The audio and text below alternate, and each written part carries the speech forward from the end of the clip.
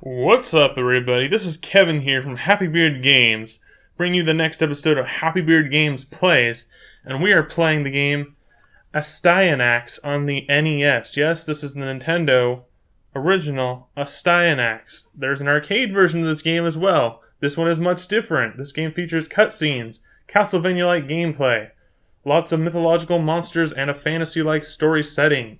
It's a fun platforming action game for the NES. We're going to see just what it's like and a little glimpse of the game Astyanax today on Happy Beard Games Plays.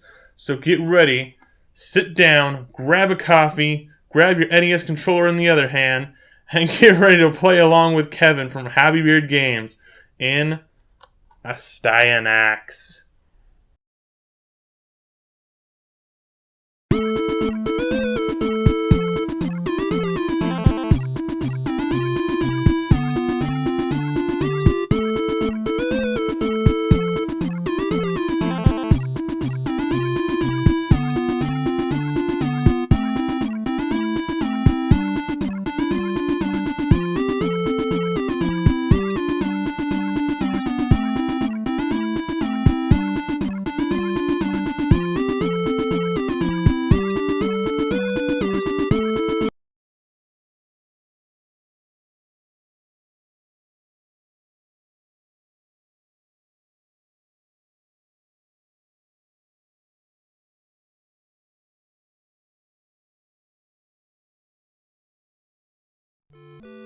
Astyanax.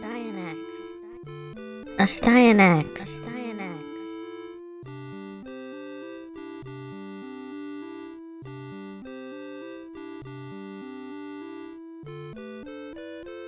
Astyanax, I'm waiting.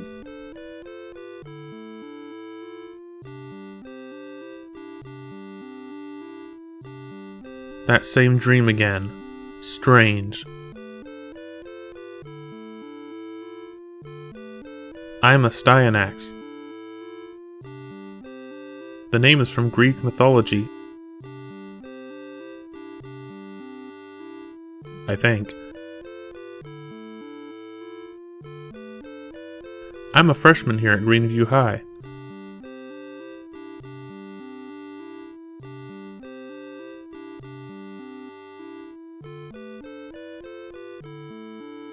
I don't understand what the dream means.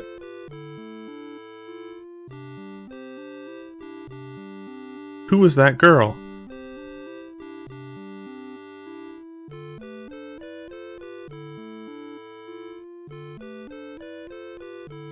The other day I was walking to school. Astyanax. Astyanax. What the heck?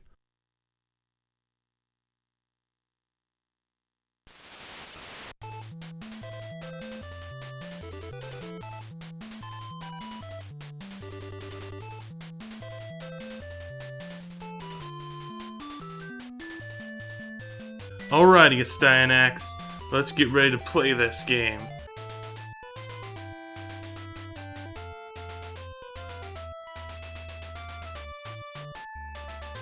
Woo! Where am I?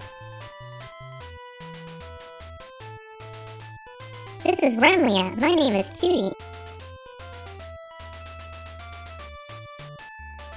I brought you to this world.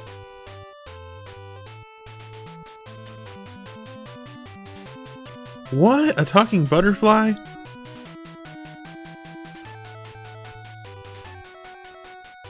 Listen carefully to what I'm going to tell you.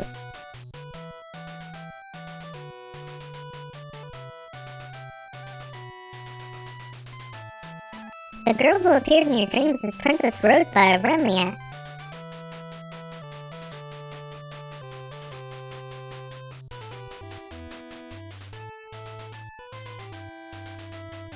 She's being held captive by the evil wizard Blackhorn. Astyanax, please save our princess. But I'm only 16.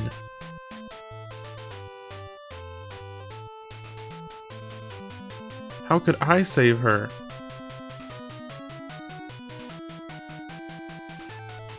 Astyanax, you are the warrior chosen by this world.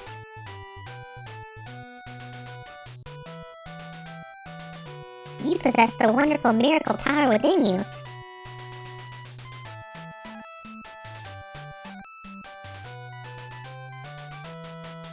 And also,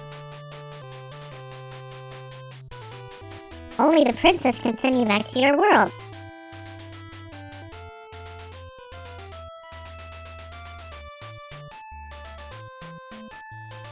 I can't do it myself.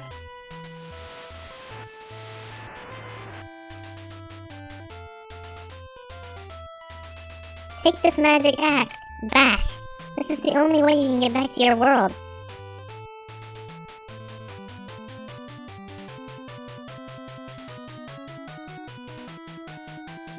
Blackhorn has many monsters at his command. You have no choice.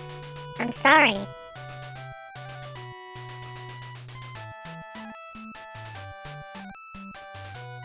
Okay then, lead the way.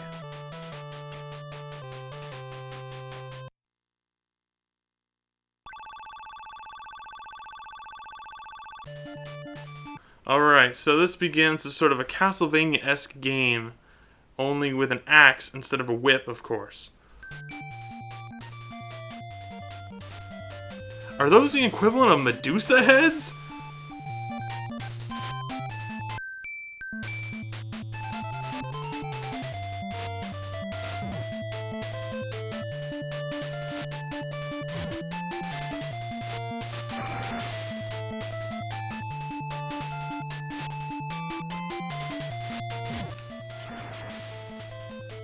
A Metroid? A Metroid? Really? This really is a Metroidvania.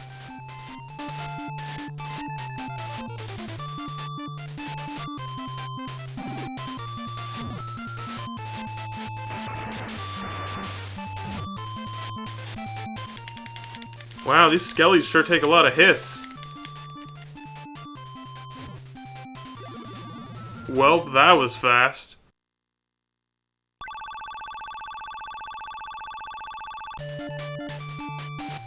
Some of the enemy variety in this game includes ghost-like floaters, Metroid-like shooters, hidden plant-type enemies that'll do their best to knock you right off the edge, and lots of skeletons that'll actually increase their own health and their own defense as the game progresses. So, as you keep playing, skeletons will take even more and more hits to kill.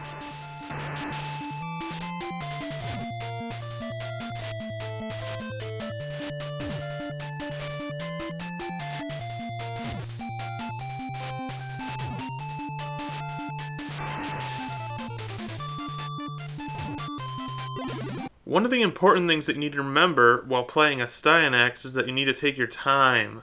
Yeah, you need to make sure to dodge or duck any attacks in order to save that precious life health of your character in order to make it through. Because you want to be able to make it to the boss. You don't want to lose too much health in the actual level because your health carries over from the level to the boss fight.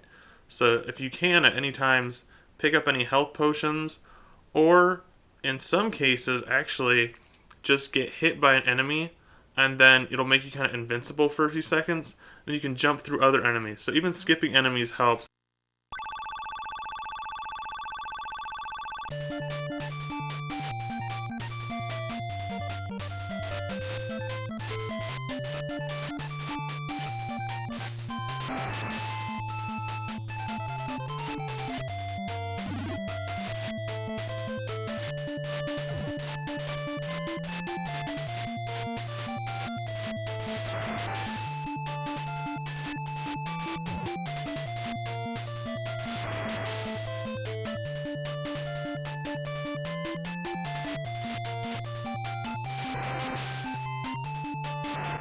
You can get items from these small totem-like boxes. One item is the health potion, another item changes your weapon type. There's a special item that brings up the fairy cutie, and she can give you either a weapon change or health. I'd say go with the health if you need it. Don't be afraid to use your special ability, your spell attack, for certain enemies in order to clear. This is especially useful on hidden plant-like enemies that kind of burrow in the ground and then pop up those ones will especially try to knock you off the edge into a pit. So if you can use your special spell ability on those, it'll kill them with one hit, as well as any other enemies that remain on the screen. At the end of a level, you'll fight a mini-boss, and sometimes directly after that, you'll fight a real boss.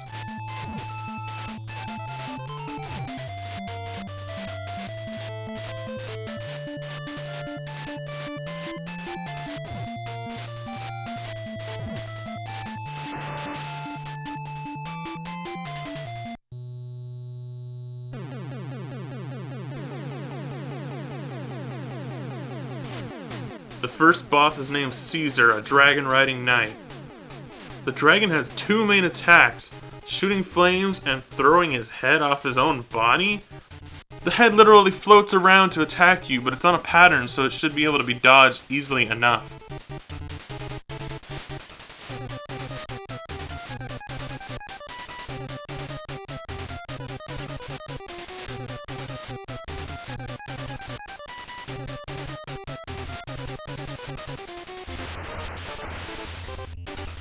After you kill that dragon, you have to fight the knight, which takes even more hits to kill. Get ready to spam that B button, folks! And I mean spam it. If you don't spam it, he will hit you and kill you. So you gotta keep pushing that button. The good thing is, if you keep pushing the B button, he probably won't be able to hit you at all. So it's not that hard, just time consuming.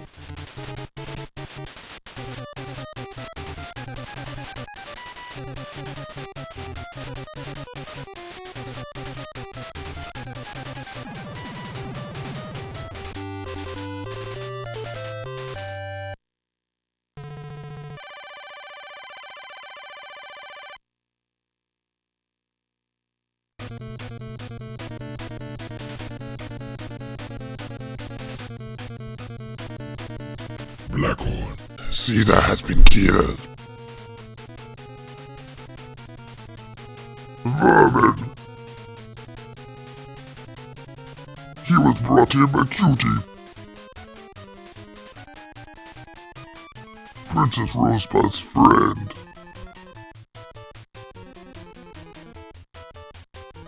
What? I put Cutie into the cell, I'm positive.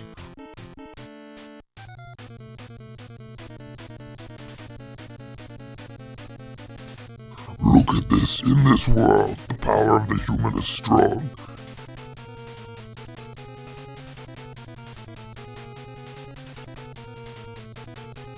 He must be the root of our trouble.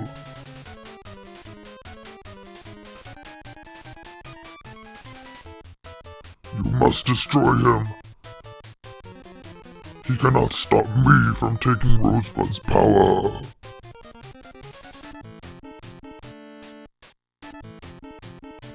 Yes, sir.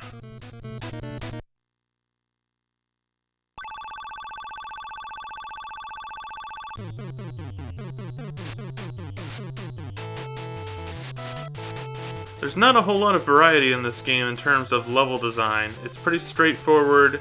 There is some levels that go up vertically, and most levels go horizontally with the same kind of pits, the same kind of enemies, the skeletons, the Metroid things, the plants that come out of the ground, and just sort of repetitive, but it is fun, and the graphics do add a little bit of variety to it, in that they have things like paintings and plants and buildings and sculptures and stuff in the background that liven things up a little bit, although the colors in this game are pretty bland. Yeah.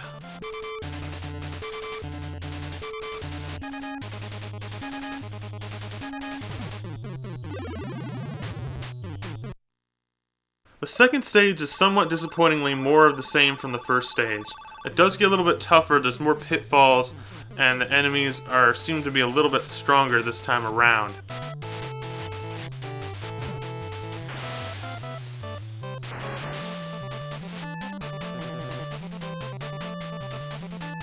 Second mini-boss is a weird slime monster that starts out small but then grows big, and so you have to vary your attacks between ducking attack and just standing up attack. So there's a lot of dodging involved, and you can jump over him as well. But then, what's this? Right after that mini-boss, there's not another boss, there's more of the level. Yes, the level continues, and you'll be going up a vertical path this time. Now this time around, you want to make sure that you dodge every attack. You're going to want to save your health, and you're also going to want to save your spell moves, because you're going to need that for once you reach the top of this area. So since you're going up vertically, you gotta watch your movements. You can't get knocked off a pit in this one, and if you fall down, you'll just go down lower. It won't actually kill you. So what you gotta do is just kind of take your time.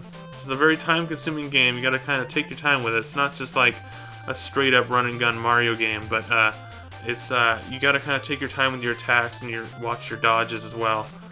Once you make it to the top of that area, there's a flying monster, sort of like a mini-boss, but you can kill him with only a few hits of your spell attack. So if you save your spell attack for the top, that's what you should use it on, and then you can beat that guy pretty easily.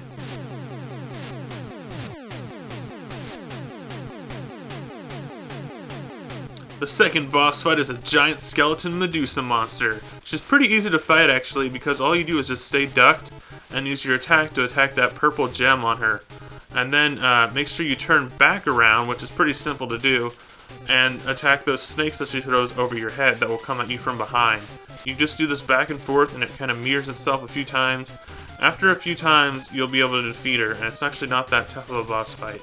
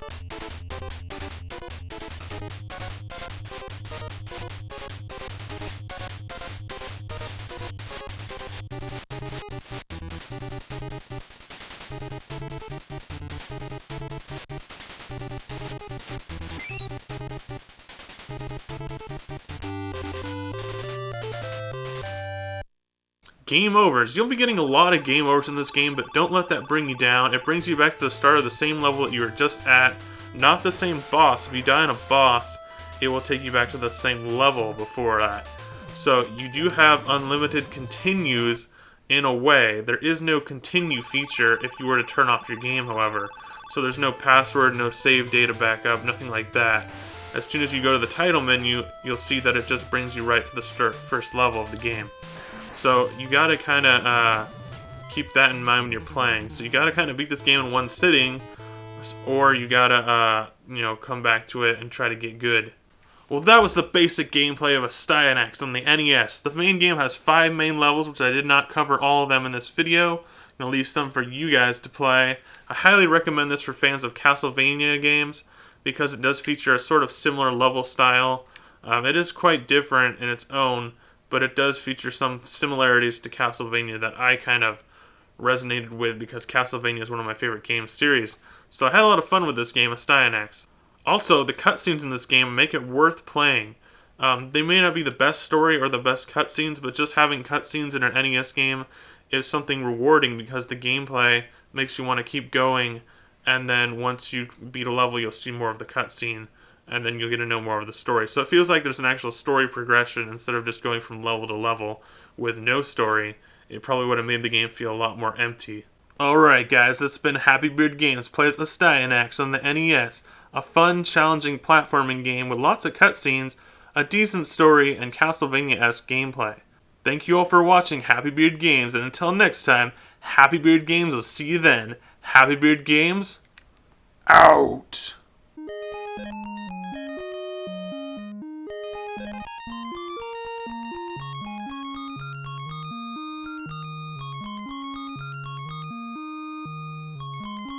Astyanax! Yes?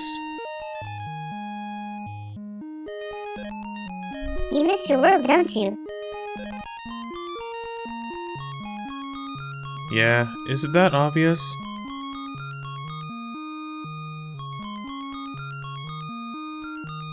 I can see the sadness in your eyes.